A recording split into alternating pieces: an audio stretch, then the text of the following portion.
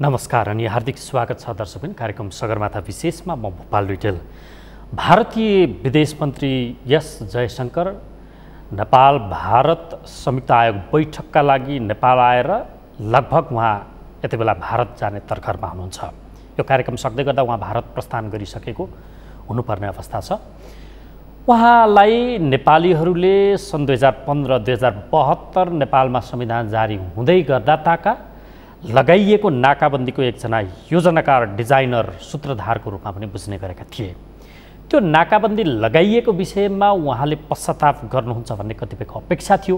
त्यो पश्चातापको सुईको समेत यो भ्रमणमा पाइएन।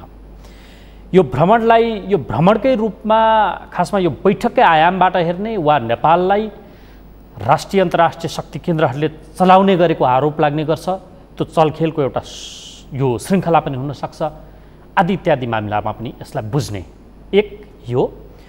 दोस्रो, कम्युनिस्टहरूको सरकार भनिएको छ, जनअपेक्षा जसले वर्गीय हिसाबले शोषित वर्गको नेतृत्व गर्छ भनिन्छ, तर त्यसले शोषकलाई नि फलिफाप हुने गरेका कामहरू गरिरहेको आरोप यो वृत्तमा यो सरकार चलिरहँदा त्यो आरोपबाट पनि यो उन्मुक्ति हुन पाएको छैन। अर्थात् जनअपेक्षाले यो सरकारलाई पत्याएको अवस्था नदेखिने अवस्थामा पुगिसक्यो जनअपेक्षासँग दाज्ने हो भने। किनकि आलोचित हुने अवस्थामा यो सरकार पुगेको छ। समस्या कहाँ छ? एउटा घर चलाउने मान्छेले त घर राम्रोसँग चलोस् भन्ने कामना गर्छ भने देश हाँक्नेहरूले देश नराम्रो होस् भन्ने त सम्भवतः कामना गर्दैनन्। तर परिणाम त्यस्तो नदेखिरहँदा उनीहरूमा कहाँ गडबडी छ यो बुझ्ने प्रयास र असली रूपमा यो देशमा क्रान्ति नभएसम्म यो मुलुक परिवर्तन हुनेवाला छैन। यहाँ चलाइरहनेछ, परीक्षण भइराख्नेछ र देशलाई गिजोलिरहने परिस्थिति आइरहन्छ भनेर कतिपय देशभक्त नागरिकहरू भन्छन्। त्यसको नेतृत्व गर्ने कतिपय मोर्चाहरूले यो भनिरहेको अवस्था छ। त्यस्तै पार्टीमा पर्छ एउटा नेपाल कम्युनिस्ट पार्टी, क्रान्तिकारी माओवादी। ऊ के गर्दैछ? जनअपेक्षा एकातिर, सरकारको गति अर्कोतिर, प्रमुख प्रतिपक्ष भनाउँदोले प्रमुख प्रतिपक्षको भूमिका निर्वाह गरि नरहेको अवस्था, देशी विदेशी शक्ति केन्द्रहरूको चलखेलको विषय पनि यो बेला बाहिरिरहेको अवस्थामा नेपाल कम्युनिस्ट पार्टी, क्रान्तिकारी माओवादी कहाँ छ, के गरिरहेको छ, जनअपेक्षालाई आफूतर्फ आफ्ना एजेन्डामा ल्याउन उसले के गरिरहेको छ, यी र यस्तै सन्दर्भ जोड्दै आज हामी संवाद गर्दैछौँ। त्यही पार्टीका वरिष्ठ नेता सीपी गजुरेलसँग स्वागत छ। धन्यवाद। आराम हुनुहुन्छ? हजुर। तपाईँको पार्टी के गरिरहेको छ अहिले यो बताइदिनुहोस् न। हाम्रो पार्टी चाहिँ के गरिरहेको छ भने यो केही समय यतादेखि यो सरकारको विषयमा जस्तो यहाँले भन्नुभयो, जनतामा जुन प्रकारको भ्रम थियो त्यो भ्रम चाहिँ बिस्तारै साफ हुँदै गएको छ। र जुन बेला यो सरकार, यो ओली सरकार बन्यो त्यो बेलामा चाहिँ जनताको अपेक्षा यो सरकारबाट धेरै नै थियो।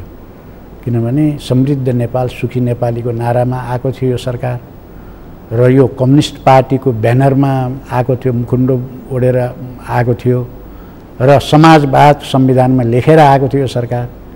त्यस हुनाले त्यो बेलामा जुन जनतामा भ्रम थियो र अब साँच्चै नै नेपालमा क्रान्ति नै नपर्ने भयो, समृद्धि आइहाल्ने भयो भन्ने खालको जो भ्रम थियो, त्यो भ्रमलाई चिर्दै, त्यो भ्रम चिर्नु आवश्यक थियो।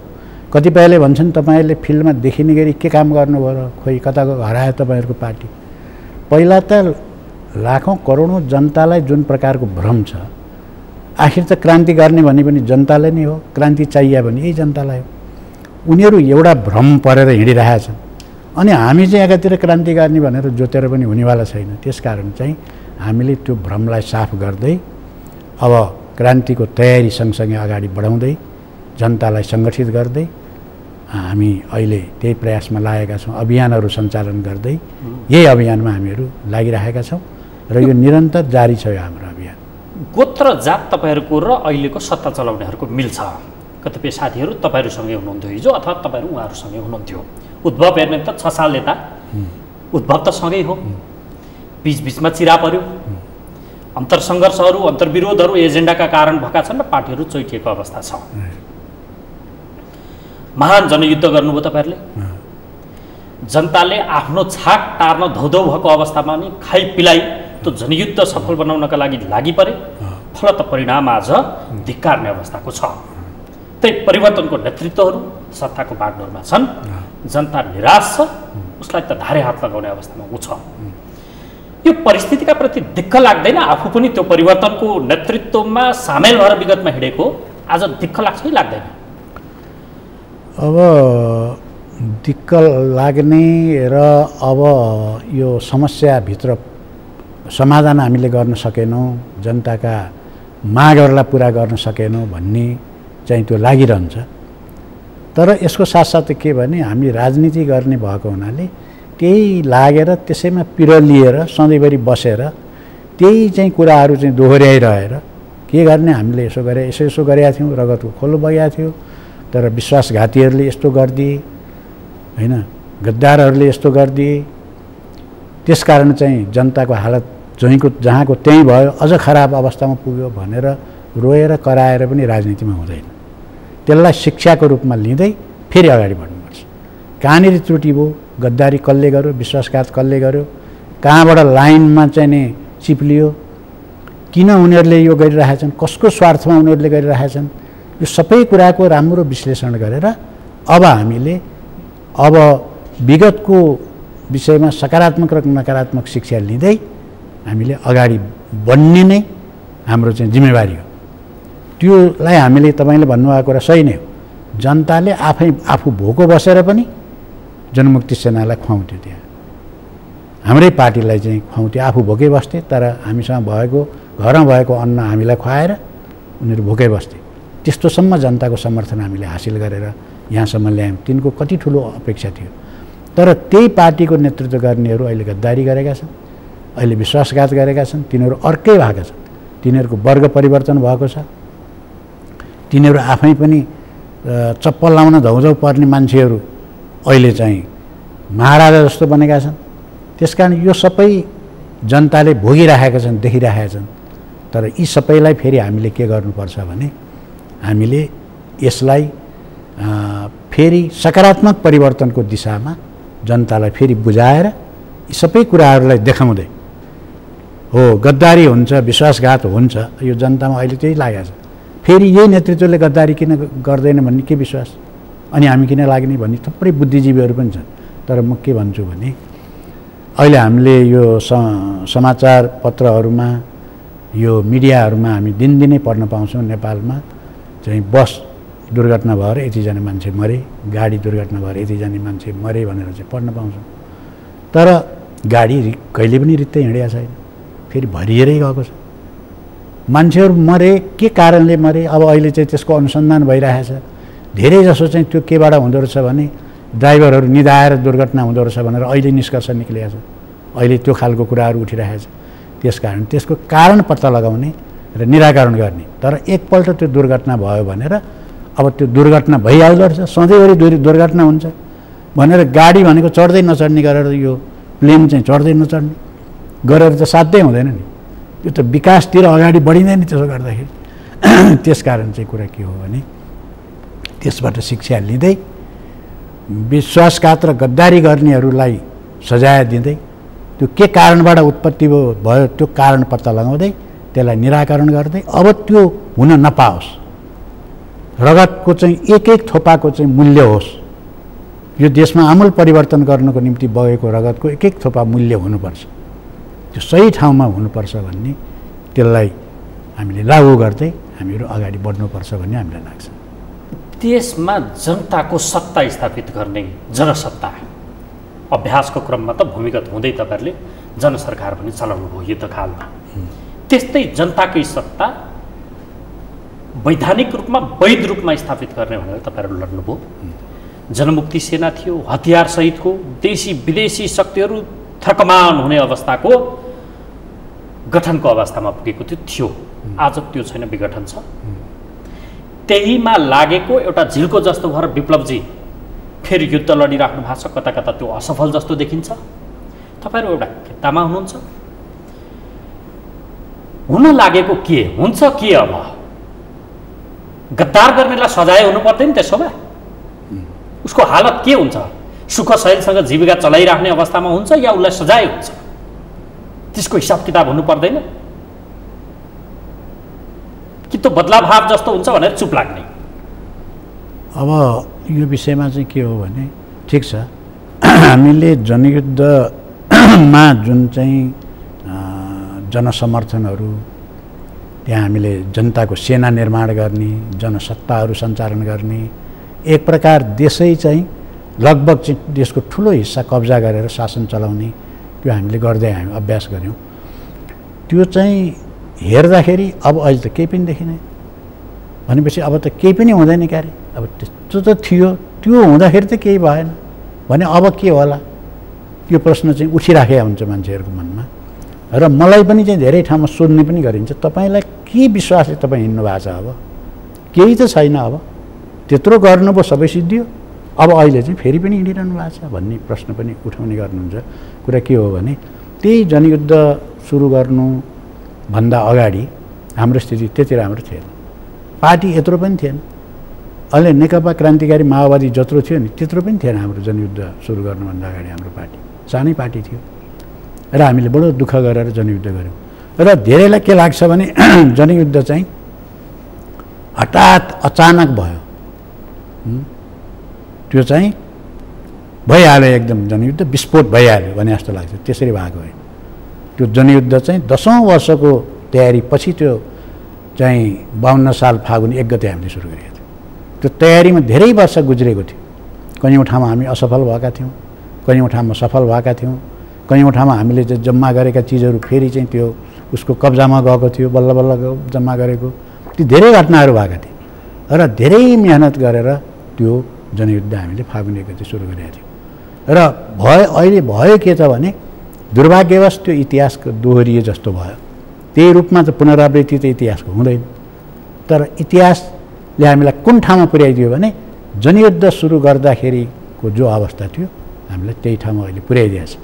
त्यसकारण चाहिँ हामी हाम्रै जेनेरेसन, हाम्रो महासचिव किरण, म, हाम्रो जेनेरेसन, हामी त आफै जनयुद्धको तयारीको भन्दा धेरै अगाडिदेखि छौँ नि। त्यसमा हामी आफैले तयारी गरेका हौँ। र अहिले पनि त्यसको कारणले के लाग्छ भने त्यो सबै कुराको अनुभव आफैलाई भएको हुनाले मलाई के आत्मविश्वास छ भने फेरि पनि आवश्यकता पर्यो भने नेपालमा क्रान्ति हुन्छ। जनयुद्ध जस्तै चाहिँ हुँदैन, किनभने धेरै वर्ष बितिसक्यो होइन। 52 सालबाट यता भनेपछि त अहिले चाहिँ लगभग चाहिँ 20-25 वर्ष भइसक्यो। 25 वर्षको नेपाल र अहिलेको नेपालमा फरक छ। 25 वर्षको अन्तर्राष्ट्रिय परिस्थिति र अहिलेकोमा फरक छ। यही सबैको सापेक्षतामा नै फेरि नेपालमा क्रान्ति हुन्छ। जसले धोका दियो त्यसलाई हो। अब यो जहाँसम्म धोका दिने कुरा हो त्यो इतिहासले त्यो हिसाब धोका दिने भनेर नामै किटेर भनौँ, बाबुरामजीहरू, प्रचण्डजीहरू, मूलतः प्रचण्ड हो। अब उनीहरूको चाहिँ इतिहासले मूल्याङ्कन हरेकको गर्छ। उनीहरूको मूल्याङ्कन दिनदिनै भइरहेको छ। उनीहरू सोच्दा हुन् कि अब त त्यो क्रान्तिकारी शक्ति बाँकी रहेन, त्यो त हामीले सबै सिद्ध्याइदिइहाल्यौँ, जनसेना विघटन गराइहाल्यो, क्रान्तिकारी लाइन पनि सिद्ध्याइहाल्यो, अब हामी नै गएर त्यही पुरानै प्रतिक्रान्तिकारी लाइनमा गइहाल्यो, अब चाहिँ केही पनि हुँदैन भन्ने ठान्दा हुन्। होइन, त्यो इतिहासमा त्यसको मूल्याङ्कन हुन्छ। जनताहरू छन्, क्रान्तिकारी पार्टी छ, सिद्धान्त छ, नीति छ, सबै कुरा छ। एक दिन उनीहरूलाई उनले गरेको जुन जनता विरुद्ध, राष्ट्रका विरुद्ध जे गरे, अपराध गरे, त्यसको सजाय हरेकलाई हुन्छ। त्यसमा प्रचण्ड र बाबुराम पनि त्यसबाट बाहिर रहँदैन, जोगिने छैन, जोगिँदैनन् नि। कसरी जोगिन्छ? त्यो त इतिहासमा मूल्याङ्कन हुन्छ नि। हरेक देशको क्रान्तिले त्यही त गर्ने गरेको छ। तर अचम्म नि, परिवर्तनको नेतृत्व गर्नेले सत्ता 2 पटक चलाएको देखिसक्यो। 3 पटक नै भन्नु बाबुरामजी जोड्दा पनि 3 पटक त सत्ता सञ्चालन गरेको देखियो। त्यही आसपासमा 7 सालको कुरा गर्ने भने त त्यही आसपासमा क्रान्ति पछाडि सफल भएका देशहरू, ती भारत प्रगतिको त्यो पथमा छ, चाइना त्यो पथमा छ। जनताको सत्ता ल्याउँछौँ र साम्राज्यवादी शक्तिहरूलाई तल लगाउन सक्छौँ है भनेर अडिएको त चीन पनि देखियो, क्युबा देखियो, त्यही भेनेजुएला देखियो। त्यता उत्तर कोरिया अहिले पनि संसारको महाशक्तिलाई थकमान गरेर आफ्नो ऐचामा आफूले ऐचाएर बसे जस्तो गरिरहेको अवस्था छ। हामी कहाँ परिवर्तन नेतृत्व गरेर गएको त्यो नेतृत्व किन गर्न सकेन? कमजोरी कहाँबाट भयो? यस्तो हो, त्यहाँ चाहिँ के जस्तो चीनमा के भयो भने माओले नेतृत्व गर्नुभयो, माओ लगायतका उहाँका चाहिँ समकक्षीहरूले नेतृत्व गर्नुभयो, त्यो क्रान्तिले पूर्णता पायो। हैन, हाम्रो क्रान्तिले पूर्णता पाएको होइन? छैन। क्रान्ति त्यहाँको क्रान्तिले नि पूर्णता पायो, क्युबाको क्रान्तिले नि पूर्णता पायो, उत्तर कोरियाको क्रान्तिले नि पूर्णता पायो।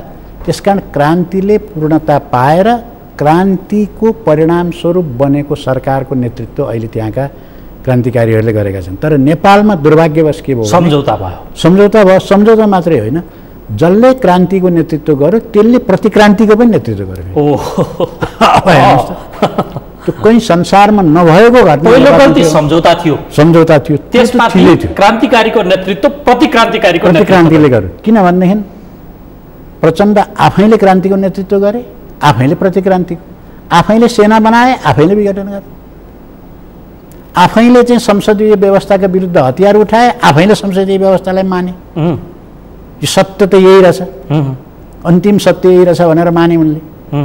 होइन, हामीले जनयुद्ध सुरु गर्दाखेरि एमाले पार्टी थियो सत्तामा, यसलाई चाहिँ अपदस्थ गर्नुपर्छ भनेर हतियार उठाए। त्यही एमाले कहाँ गएर चाहिँ उनले चाहिँ खुट्टामा चाहिँ नि ऊ गरेर आत्मसमर्पण गरे। भनिसकेपछि नेपालमा किन यो भयो त भने क्रान्तिको जसले नेतृत्व गरेको मूल नेतृत्व हुन्छ प्रायः त्यसले गद्दारी गर्दैन। विश्व इतिहासमा त्यो देखिन्छ। तर नेपालमै चाहिँ यस्तो देश हो हाम्रो जसले क्रान्तिको नेतृत्व गर्यो, प्रतिक्रान्तिको नेतृत्व पनि त्यसैले। प्रचण्ड त्यो तहमा बदलिने अवस्थामा किन पुगे त? समस्या केले पारो? असुरक्षित महसुस गरे या अरू कुनै कारण थियो? अब त्यो असुरक्षित पनि महसुस गरे। अर्को चाहिँ के देखियो भने उनले क्रान्तिको एउटा नेतृत्व त उनले गरे एक चरणमा, त्यसपछि चाहिँ उनी अब क्रान्ति गर्न सकिँदैन भन्नेमा पुगे। उनको शासकीय क्षमतामा ह्रास आएर हो त्यो? होइन, शासकीय क्षमता होइन, उनको दृष्टिकोणमा त्रुटि भयो। होइन, उनले के देखे भने अब चाहिँ क्रान्ति सफल गर्न सकिँदैन, त्यसकारण चाहिँ अब कि कुन बाटो समाउनु पर्यो भने वर्ग पनि परिवर्तन गर्नु पर्यो। अब क्रान्ति गरिरहेछ, त्यो क्रान्तिलाई के गर्ने? उनले वर्गै परिवर्तन गरे कि अहिले सक्कली रूपमा उनी क्रान्तिकारीकै नेतृत्व गरिरहेका छन्, तर आवरणमा देखिँदा उनी प्रतिक्रान्तिकारी जस्तो देखिएका हुन्? होइन, त्यस्तो कहिले नै हुँदैन। क्रान्तिकारीले कहिले प्रतिक्रान्तिकारी देखिनै मान्दैन नि, कसरी मान्छ? एउटा त्यत्रो सम्मान अब भन्नु त, अब यो बडो रिलेट गर्नलाई उपयुक्त समय आयो यति बेला। क्रान्ति गरेर सबैभन्दा समुचित रूपमा यसलाई उपयोग गर्ने समय त्यही थियो, त्यसकारण हामीले अर्को निर्णयमा पुग्यौँ, त्यसकारण परिवर्तन हुनु पर्यो। त्यो आशयका अभिव्यक्तिहरू प्रचण्डको तपाईँले पनि सुन्नुभएको छ। असल रूपमा म क्रान्तिकारी नै हुँ, तर हाम्रो साम्यवाद प्राप्तिका लागि आवरणमा बदलिनुको विकल्प छैन भन्ने जस्तो अभिव्यक्ति सुनिन्छ कि त्यो गलत हो या उनले ढाँटिराखेका छन्? उनले ढाँटिराखेका छन् र यो उनले भनेको अब धेरैले पत्याउँदैनन्। होइन, उनले जनताले धेरैले भने साम्यवाद आउँदैन त्यसो भए? होइन, उनको लागि आउँदैन। साम्यवाद त आउँछ, तर साम्यवादको विरुद्धमा नवउदारवाद, पुँजीवाद, साम्राज्यवादको दलाली गर्नेहरूले त साम्यवादको परिकल्पना उनले गर्दै गर्ने। अब उनको परिकल्पना पनि छैन।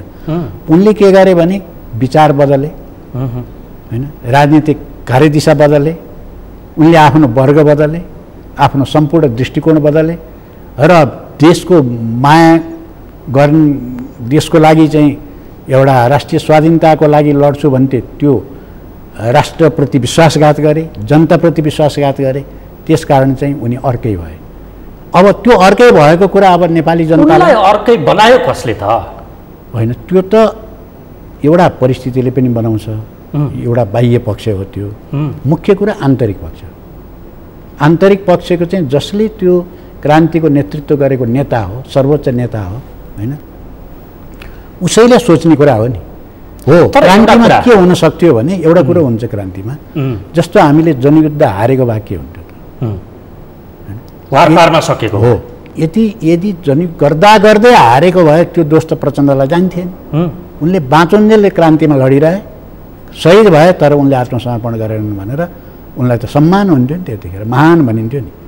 तर उनले त के गरे? गद्दारीको बाटो समाते, उल्ट्याइदिए क्रान्तिलाई, प्रतिक्रान्तिमा बदलिएर अब अहिले चाहिँ सारा चाहिँ साम्राज्यवादीहरूको, विस्तारवादीहरूको, देशका प्रतिक्रियावादीहरूको सधैँ राम्रो मित्र बनेर हिँडिरहेछ। मेरो अध्ययनमा भए अनुसार अपवाद नेपाल होला। प्रतिक्रान्तिमा परिवर्तन भएको क्रान्तिकारी नेता जसले क्रान्तिको नेतृत्व गर्यो ऊ प्रतिक्रान्तिको पनि नेतृत्व गर्ने अवस्थामा पुग्यो। यो त न भेनेजुएलामा थियो, न क्युबामा थियो, न चाइनामा थियो, न त उत्तर कोरियामै थियो, कहीँ छैन नि। छ भने मलाई जानकारीमा भएन। यहाँ किन त्यो भयो? त्यो बाध्यता केले आइलाग्यो के? त्यो दुइटै। एउटा चाहिँ के हो भने हामीले जुन बेला क्रान्ति सुरु गरेका थियौँ त्यतिखेर हामीलाई थाहा थियो क्रान्तिको लागि अन्तर्राष्ट्रिय परिस्थिति हाम्रो लागि अनुकूल छैन भन्ने हामीलाई थाहा थियो। थाहा हुँदाहुँदै गरेको, थाहा नभएको घटना केही पनि घटेको छैन। तर हामीले 10 वर्षमै त्यो जनयुद्धलाई धेरै माथि उठायौँ। सम्भव हुँदो रहेछ भनेर संसारलाई हामीले देखायौँ। अन्तर्राष्ट्रिय परिस्थिति त्यति धेरै अनुकूल नहुँदा पनि क्रान्ति अगाडि बढ्दो रहेछ भनेर त हामीले त एउटा उदाहरणै पेश गऱ्यौँ नि नेपालबाट। तर त्यो ठाउँमा गइसकेपछि फेरि अब उनी बदलिए हैन। उनी बाह्य परिस्थितिले पनि त्यसलाई सहयोग पुर्यायो। उनको आन्तरिक नै निर्णायक हुन्छ जहिले पनि। आन्तरिक उनको चाहिँ के भयो त भने उनले के देखे भने क्रान्ति जितेर अब यो सबै गर्न जो जति कठिन छ बरु प्रतिक्रान्तितिर गइयो भनेदेखि चाहिँ चाँडै अब यो सबै हुन सकिने भयो। लाभ हुन्छ सबैतिर लाभै लाभ। त्यो क्रान्तिकारीहरूको लागि हरेकको लागि आउँछ त्यो बेला। तिमी कुन रोज्छौ भनेर प्रतिक्रान्तिकारीहरूले देखाउँछन् नि। यतातिर आउँछौ तिमीलाई सत्ता, प्रधानमन्त्री, पैसा कति चाहिन्छ, जुन स्रोतबाट तिमीले खाए पनि हुन्छ, तिमीलाई माफी मिनाहा हुन्छ, कति चाहिन्छ त्यो पनि पाउँछौ, तिमीलाई सत्तामा पुर्याइन्छ, सबैतिर देखा हुन्छ। तिमी यदि मान्दैनौ भने अनि बम वर्षाइन्छ, सेनाको प्रयोग गरिन्छ, गिरफ्तार गरियो भने तिमीलाई हेग पुर्याइन्छ अथवा तिमीलाई अरू जस्तै चाहिँ शहीद बनाइन्छ। यो सबै हुन्छ। कुन चाहिँ रोज्छौ भन्ने बेला बेलामा आउँछ त्यो लालसता रोज्छौ, त्रास रोज्छौ हो। अब यो मध्ये उनले दुर्भाग्यवश उनले त्यो बाटो रोजे। मलाई प्रधानमन्त्री चाहिएको छ, मलाई सुखशैल चाहिएको छ, मलाई सम्पत्ति चाहिएको छ, सुखभोग गर्नेतिर म जान्छु, यो बाटो म जान्न भन्ने उनी निष्कर्षमा पुगे र उनले बाटो बदले। त्यसकारण चाहिँ त्यो अवस्था त जहिले पनि आउँछ। माओहरूलाई पनि आएको थियो, रोज यो बाटो रोज भनेको थिए नि, उहाँले रोज्नु भएन, क्रान्तिकै बाटो जान्छु। लेनिनलाई पनि आएको, हरेकलाई आउँथ्यो। प्रतिक्रियावादीहरूसँग साँठगाँठ गरेर सुविधा लिने होइन, सुखभोग गर्ने चाहिँ एक चरणमा आउँछ नि। तर क्रान्तिकारी नेताहरूले आफ्नो विचारलाई, राजनीतिलाई, वर्गलाई, क्रान्तिलाई, देशलाई छोड्न सक्दैन। तपाईँ निचोड या ठम्मैमा यो पुग्नु भएको छ उनी बदलिए बापत, क्रान्तिलाई धोका दिए बापत, राष्ट्र र जनतालाई घात गरे बापतको सजायबाट उम्किनेवाला चाहिँ छैन। नभए होइन, त्यो त हुँदैन। अब क्रान्ति भएपछि क्रान्तिले त फेरि त्यो बाटो लिन्छ। कम्युनिस्टहरू क्रान्तिकारी हुन्छन्? क्रान्तिकारी हुन्छन्। सच्चा कम्युनिस्टहरू क्रान्तिकारी हुन्छन्। अहिलेका कम्युनिस्टहरू जो सत्ता चलाइरहेका छन् यिनीहरू को हुन्? तिनले आफ्नो नाम कम्युनिस्ट राखे मात्रै हो। तिनलाई कम्युनिस्टहरूले कसैले पनि भन्दैन। जसले बुझेको छ कम्युनिजम के हो, कम्युनिस्ट के हो, मार्क्सवाद लेनिनवाद माओवाद के हो, तिनले त यिनलाई भन्दैनन्। तिनले नाम राखेका छन् होइन। एउटा चाहिँ गरिब केही पनि नभएको मान्छेले धनप्रसाद नाम राख्छु भन्नु भने पाउँदैनस् भन्ने कुरा नि भयो। धनप्रसाद राख्छ, लक्ष्मीप्रसाद राखेका हुन्छ। त्यस्तै हो, यिनीहरूले नाम राखेको हो कम्युनिस्ट। किन राखे भने यहाँ कम्युनिस्ट आन्दोलनको एउटा लामो पृष्ठभूमि छ, यहाँका जनताले कम्युनिस्टहरूलाई मन पराउँछन्। त्यस हुनाले त्यो कम्युनिस्टको साइनबोर्ड यिनले राखी छोडेका छन्। अरू केही पनि छैन। त्यो बापत के लाभ लिइरहेछन्? लाभ लिइरहेछन् नि। चुनाव हेर्नुहोस् कसरी, के भनेर जिते त? समाजवाद भनेर जिते नि, पुँजीवाद भनेर त चुनाव जित्दैन थिए, समाजवाद भनेरै जिते, कम्युनिस्ट पार्टी भनेरै चुनाव जिते। त्यो नभएको त्यो साइनबोर्ड चाहिँ उनीहरूले छोडेको भए त चुनाव पनि जित्ने थिएन। अरू नै पार्टी छैन, बुर्जुवा पार्टीहरू, प्रतिक्रियावादी पार्टी अरू नै थिए, किन यिनीहरूलाई दिनु पर्थ्यो? उनीहरू त जडसूत्रवादीको आरोप लाउँछन् फेरि तपाईँहरूलाई। होइन, त्यो त आरोप त बनाउँछन् र प्रतिक्रियावादीहरूले त हामीलाई त अनेक आरोप लाउँछन् नि। प्रतिक्रियावादीको खेमामा गइसकेकाहरूले लगाएको आरोपको कुनै अर्थै छैन। त्यसो भए जो सरकार चलाइरहेका छन्, तपाईँकै शब्दमा यिनीहरू नक्कली कम्युनिस्ट हुन्, यिनीहरू र कङ्ग्रेस बीच फरक छैन? फरक छैन, नीति सिद्धान्तमा फरक छैन। म एक दुईवटा कुरा गरौँ, हामीसँग समय पनि धेरै हुँदैन। यो संसदीय व्यवस्थालाई आदर्श काङ्ग्रेसले नि मान्छ होइन, अहिलेको चाहिँ नेकपा डबल नेकपाले नि मान्छ। एउटै त हो, एकै ठाउँमा भएन हो। र अहिले ओलीले भने नि अस्ति, यो व्यवस्थालाई सङ्कट आयो, अब हामी सबै मिल्नु पऱ्यो भने नि, हामी सबै एउटै हौँ। कारणवश चाहिँ म अहिले सरकारमा आएँ, भोलि तपाईँहरू आउन सक्नुहुन्छ, तर हामी एउटै हौँ भने अब यसलाई बचाउनु पऱ्यो भनेर भने कुरा त्यही हो। यो परिवर्तनका प्रति त्यसबाट उहाँले लाभ लिएका कारण त्यसलाई बचाउँ भनिराख्नु भएको छ कि असल रूपमा यो परिवर्तन जोगाउनै पर्ने भएकाले त्यो भनिराख्नु भयो त उहाँले? होइन, यो परिवर्तन अब यो त यसमा त तपाईँहरू पनि जोगाउनुपर्छ नि भन्नुहुन्छ नि, होइन र? होइन, यसको दुईवटा दृष्टिकोण छ। यो जुन सरकार, यो सत्ता छ, जुन चाहिँ यो संविधान छ, हामी पनि यसको विरुद्धमा छौँ, यसको खारिज गर्नुपर्छ, होइन? यो सत्ता यो जनविरोधी सत्ता हो, यो राष्ट्रघाती हो, होइन? यो राज्य सत्ताको विरोधमा जानुपर्छ। हामी उल्टाएर मात्रै क्रान्तिले यो सबै उल्टाइदिन्छ नि, एउटा त्यो पक्ष भयो। अर्को एउटा प्रतिगमनकारीले नि के भन्छ भने पछाडि फर्काउनुपर्छ। त्यो पनि यो उल्टाउन चाहन्छ, उल्टाउन चाहन्छ, अगाडि बढाउनु हो, फरकै हो। उल्टाउनका लागि त त्यो प्रतिगामीसँग पनि मिल्नु पर्ला नि? होइन, मिल्नु पर्दैन। किन मिल्दैन भने इन्ट्रेस्ट बाजिन्छ। इतिहासको चाहिँ जुन एउटा पाङ्रो हो नि, त्यो इतिहासको पाङ्रो चाहिँ के हुन्छ भने गतिमा हुन्छ, त्यो सधैँभरि चाहिँ बसी। त्यसो तपाईँहरू यो व्यवस्थालाई भत्काउने पक्षमै हुनुहुन्छ? हामी अगाडि बढाउनको लागि भत्काउने हो, उनीहरू पछाडि हटाउनको लागि गर्ने हो। अनि मिलेर भत्काउने कुरामा त तपाईँहरू एकमत भइसके पछाडि त्यस पछाडिको एजेन्डा अगाडि बढ्ने कि पछाडि बढ्ने बिचको लडाइँ सुरु होला? भत्काउन त एकजुट हुँदा भयो नि, कि नहुने त्यहाँ पनि? होइन, भत्काएर कतातिर लाने भन्ने कुरो उठिहाल्छ। किन भत्काउने भन्दा अगाडि जान भत्काउने, अर्कोले पछाडि जान। दुईटैको उद्देश्य भत्काउने त हो फेरि? होइन, भत्काउनु त होला, उनीहरूले कति सक्छन् भत्काउन्, त्यो हामीलाई कुनै चिन्ताको विषय भएन।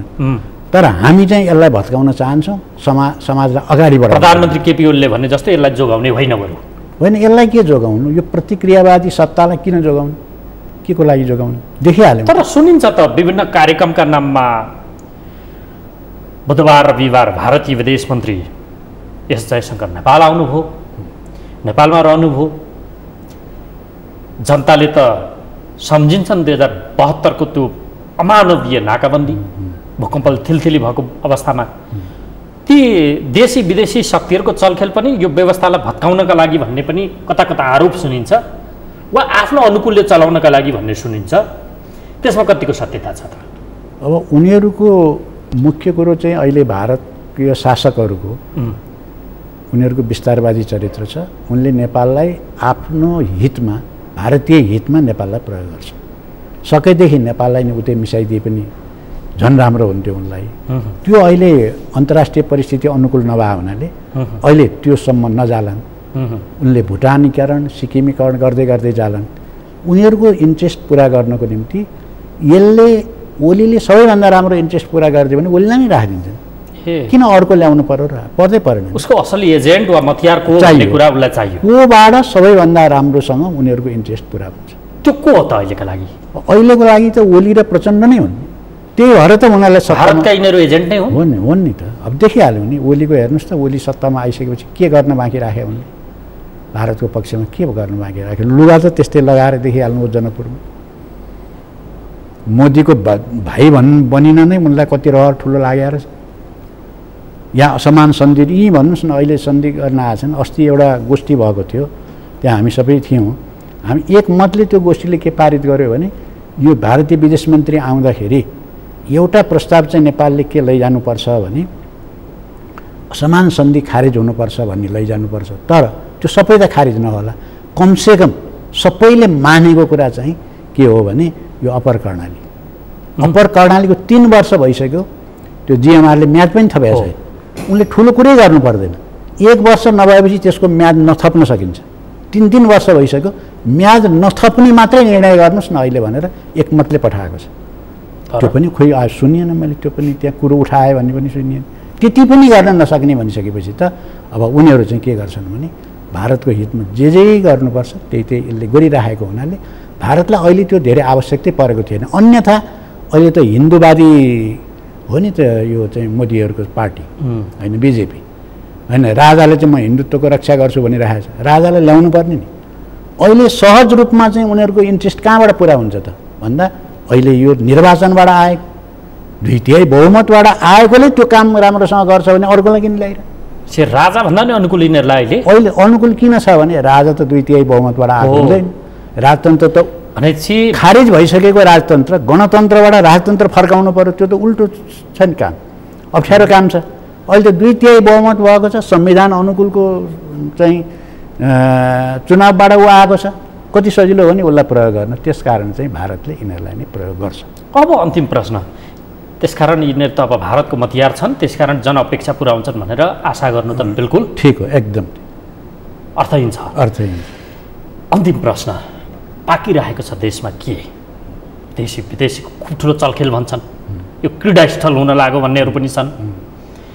यति बेला प्रधानमन्त्री स्वास्थ्य उपचारका लागि फेरि सिङ्गापुर प्रस्थान गर्नुभयो, हिजो अस्ति प्रचण्ड दुबई पुगेर आउनुभयो, पूर्व राजा विदेशतिरै हुनुहुन्छ, नेपालमा आउँदा पनि भेटवार्ता बाक्लीको कुरा छ, फेरि प्रधानमन्त्री भन्नुहुन्छ व्यवस्थामाथि खतरा छ, यसलाई जोगाउन एकमत हौँ। खतरा कहाँबाट देखिराख्नु भएको छ? यो पाकिराखेको छ देशमा के तपाईँको ब्रह्मले के देखिरहेको छ? अलिकति बताउनुहोस् त। अब म यसमा दुई तिनवटा पक्ष छ। तपाईँले एकदम राम्रो प्रश्न गर्नुभयो। असाध्य समसाम अहिले हिजो आजको राजनीतिमा चलेको प्रश्न। एउटा ओलीजीले त्यो भन्नुभयो, अब खतरा छ, यसलाई संविधानलाई नि खतरा छ, यो राज्यलाई नि खतरा छ, त्यसकारण अब हामी एकजुट हुनु पर्यो भन्नुभयो। प्रधानमन्त्रीले यो राज्यलाई खतरा छ, यो संविधानलाई खतरा छ भन्नुको अर्थ के म चाहिँ लगाउँछु भने अब शासन गर्ने मान्छेहरू अब यो टिक्छ भन्ने विश्वास उनलाई कमजोर हुँदै गएछ। नत्र भने प्रधानमन्त्री जस्तो मान्छेले त्यो प्रस्ताव राख्ने भनेको त्यो त अन्तिममा राख्ने हो नि। ल हाम्रो चाहिँ अब राज्य चाहिँ खतरामा पर्यो भनेर जब प्रधानमन्त्रीले भन्छ भने यो त अन्तिम अवस्थामा पुगेको छ भन्ने बुझिन्छ नि। हो, यो एउटा त्यो कुराको सङ्केत हो। अर्को कुरा, राजतन्त्र आउला भन्ने चिन्ता ओलीलाई धेरै भएर भने जस्तो म किन बुझ्दिनँ भने जुन बेला राजतन्त्रलाई फालेर गणतन्त्र ल्याउनको निम्ति हामीले लडाइँ सङ्घर्ष गरिरहेका थियौँ, त्यो बेला ओलीजी नै त हो बैलगाडा चढेर अमेरिका पुगिन्छ भनेर अट्टहास गर्दै हुनुहुन्थ्यो। उहाँलाई राजतन्त्रको के अरे आउँछ कि भन्ने किन त्यति ठुलो चिन्ता, जबकि राजतन्त्र फाल्ने आन्दोलनलाई त उहाँ उपहास गर्नुहुन्थ्यो। उहाँका लागि राजतन्त्र स्वीकार्य छ। होइन, किन ठुलो कुरा, किनभने उहाँकै उप प्रधानमन्त्रीले राजालाई भेटिसके भन्ने कुरा आइसक्यो। दोस्रो दृष्टिकोण। अब अर्को तेस्रो कुरा चाहिँ के हो त भने अब उहाँलाई चाहिँ एउटा चिन्ता चाहिँ होइन, अब यो जुन वातावरण बनिरहेको छ यसले चाहिँ क्रान्तिकारी शक्ति चाहिँ अगाडि आउने हो कि भनेको तपाईँहरू हो, हामीहरू। अब विप्लवको त नामै लिनुभयो उहाँले होइन, त्यसको सम्भावना पनि उहाँले तत्कालै देखिहाल्नुभयो। र यो भइदियो भनेदेखि चाहिँ के हुने, तपाईँले सोधेको प्रश्न पनि सँगै जोडिएलाई हो। किनभने यत्रो गरिएको छ जनताको विरुद्धमा, यत्रो राष्ट्रघात गरिएको छ, यत्रो जनघात गरिएको छ, पछि वास्तविक क्रान्तिकारी शक्ति चाहिँ आयो भने के होला? त्यसले त त्यसै त चुप्लाएर बस्दैन होला, हिसाब त गरेकै होला। डर चाहिँ अब त्यो छ उहाँहरूलाई। त्यसै हुनाले अब यो कुराहरू आएको छ र मलाई के लाग्छ भने उहाँको एउटा चिन्ता जुन छ, यो सत्ता अब कमजोर भयो, अब ढल्न आँट्यो, अब चाहिँ हामी सबै मिल्नु पर्यो भनेर जो भन्नुभएको छ, त्यो चाहिँ के भने सबै इन्फर्मेसन उहाँले लिनुभएकै होला होइन। यो सत्ताको अब दिगो छैन, यो संविधान दिगो छैन।